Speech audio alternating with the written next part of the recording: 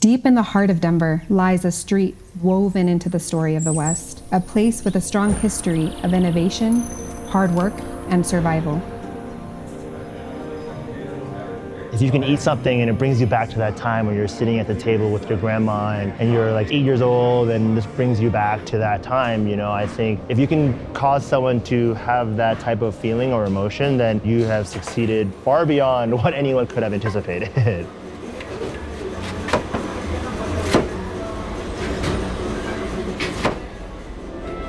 South Broadway, where doers, dreamers, makers, artists, and people just trying to make it belong.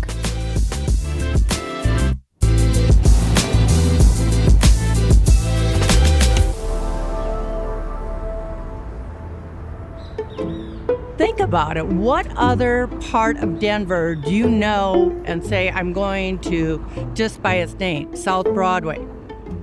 The town was formed with the vision to create a different city than what Denver was as a whole. They wanted to get things right, what Denver had done wrong. Broadway was formed, the reason why we have this amazing street, by a annoyed but determined farmer named Thomas Garrett. He really just wanted an easy path to downtown. And so in 1871, he drug a log from Inglewood to 6th Avenue, and he formed a Broadway. Soon, his fellow visionaries lined his dirt path with trees.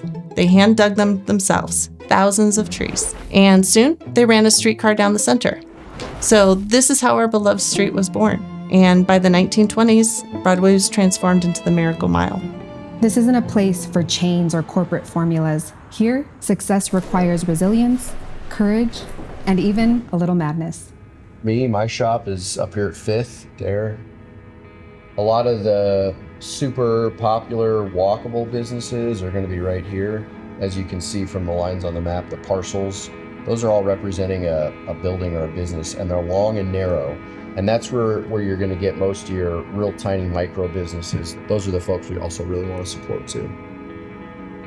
When I was looking at places around Denver to open a store, I had driven through South Broadway, and I was really excited to see that there was a lot of good changes, and there was young people like me opening up their very first business, and they were unique, really cool, trendy businesses with unique ideas.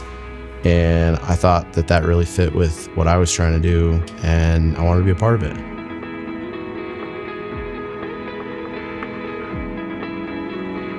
The way I would describe MAFAM is, I would say it's kind of like a contemporary, fast casual dining that uses a lot of family traditions for its inspiration. It's been pretty good. The neighborhood has been super welcoming and receptive to our business.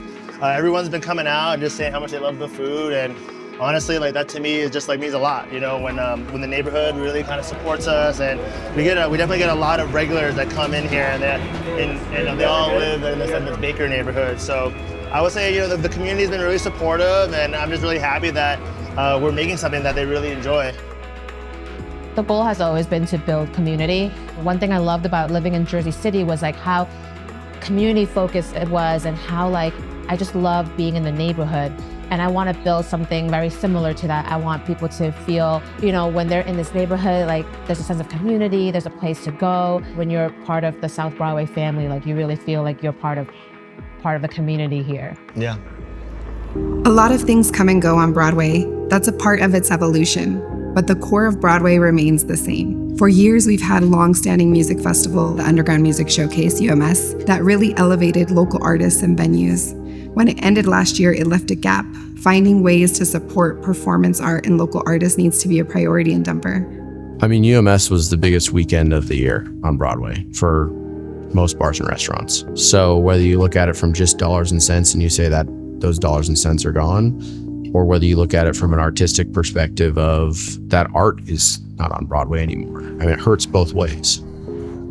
So I've been coming to UMS for the past 7 years. I first started as a patron, then a featured artist, then a volunteer, and now finally as a artist proper with my own project.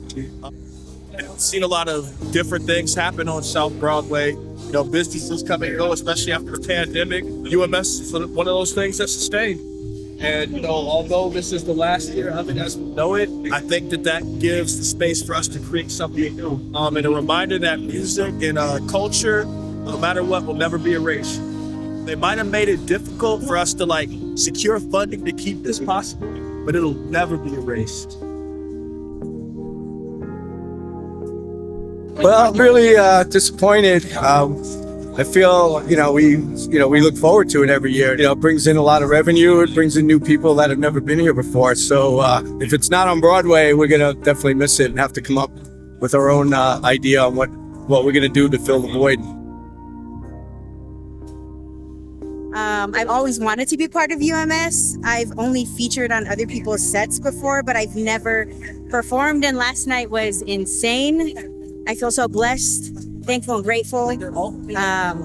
The venue was packed and I had the most fun. As we move into the future and we have exciting new beginnings, in 2026, we're launching 2 new music festivals, Lucifer Fest by local artists and Queen City Music Festival. Another exciting effort being led by community leader Brittany Spinner is bringing the South Denver History Museum to Broadway. This tells me that the creative spirit of Broadway lives on.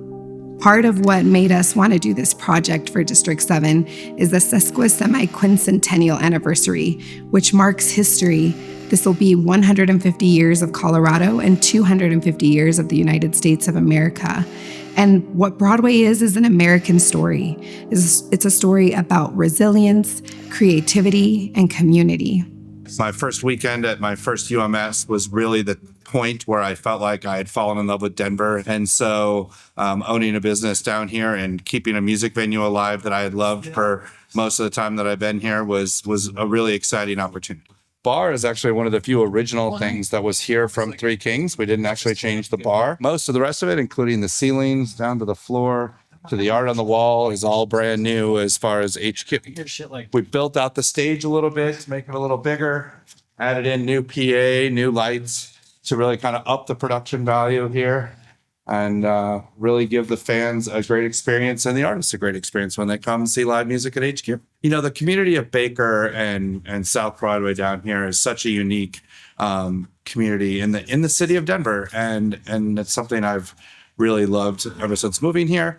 People who live here and breathe here and really try to build a great community of art and culture down in this neighborhood. The people who make up South Broadway, the business owners, don't just run their businesses, they live their truths out loud. Broadway's never been about big box stores or chains. It's really followed the groundwork that was laid in the early days of the entrepreneurs. They're doers, they're artists, they're creators, they're dreamers. So having a business on Broadway really means it's built for the brave and the bold. There's a rawness here, which I really like.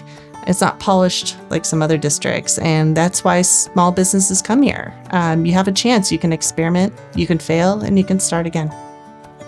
When we're thinking about, how to expand the Yellow Morning, one thing that we thought about was what's the most iconic area for vintage in Denver, and South Broadway is that.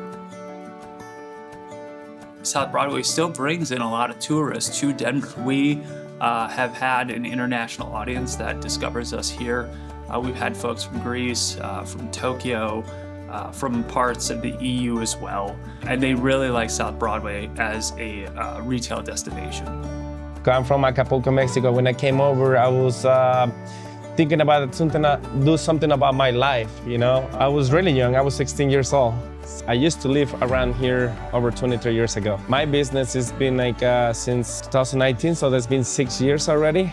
We need to bring more, fun things to do over Broadway, where we're close to downtown, I think it's this place, these 3 or 4 blocks around here, they're amazing community, but we need to bring more promo things, fun things for kids, for family, for making people come back.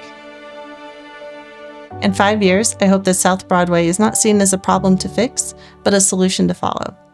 I want to see it bigger and better than ever, keeping its character, its authenticity, but with businesses in every of those buildings and no vacancy signs. I think the best way that people can support Broadway is build parts of Broadway into your life, right? Come to the Halloween parade this year. It's free, it doesn't cost you anything. Bring your family down, right? If you want to go get a drink with your friends, don't forget about South Broadway. It is unique, and I think if you haven't been here in a while, come down, come check it out.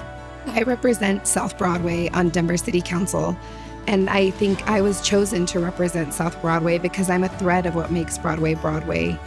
The thread of the people that grew up here, that still live here, that persist. One of the historical things about Broadway is it's been a welcoming place for everyone. We have immigrants, we have newcomers, we have people that have moved here from other states, and it's a place where we uplift our local residents, as well as it's historically been a welcoming place for LGBTQIA individuals.